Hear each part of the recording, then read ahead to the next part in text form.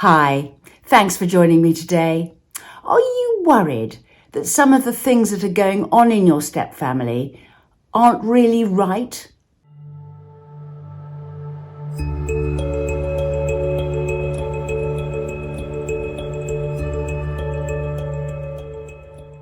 Subscribe to my channel and hit the notification bell, and I'll let you know every time I post.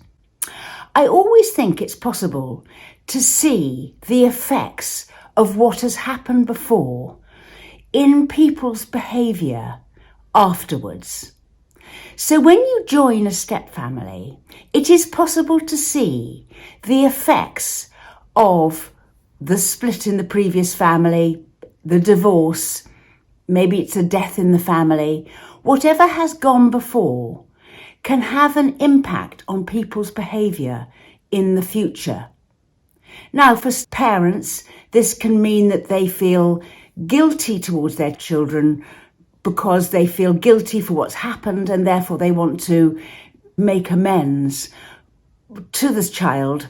Or you may find that the step family has regressed in a way. It sort of treats the children very much as though they're babies when they're actually a lot older than that. Or you may find that the parents are mollycoddling their children in ways which is, not really appropriate for how old they are.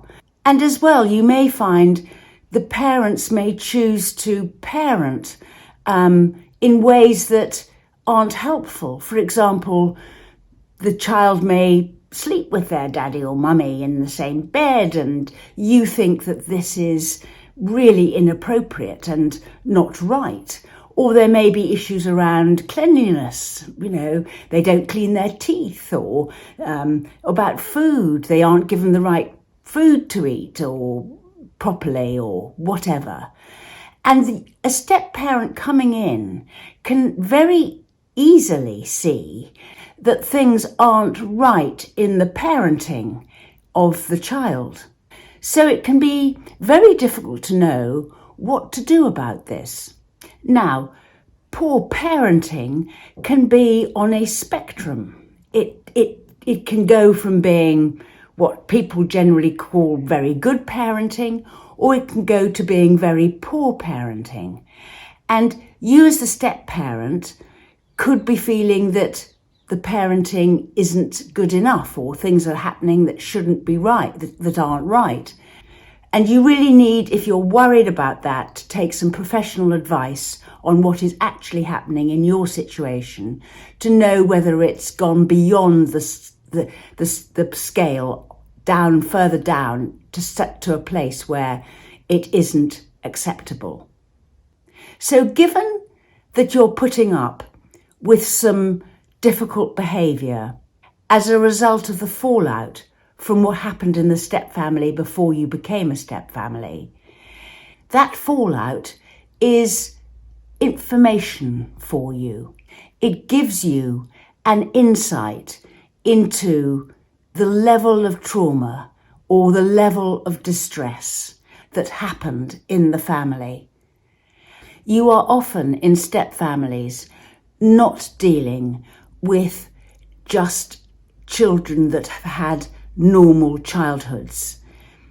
And often as a step parent, it's probably a good idea just to try and support the family as it processes its grief and distress of what's happened before into the next phase of its life, when everybody grows up a bit and things change and things can move on.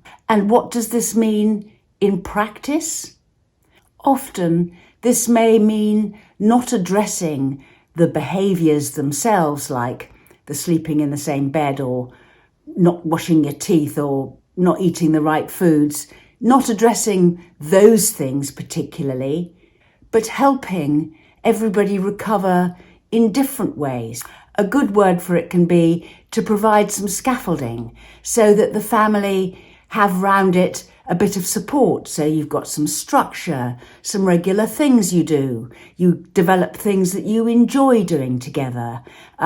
You put in a time frame so that things happen in an orderly way and people can anticipate what's going to happen next. Put in proper bedtimes, proper meal times, those kinds of things, just to sort of add structure to your family, so the family can begin to feel more relaxed and a bit safer. And from that, things could move on.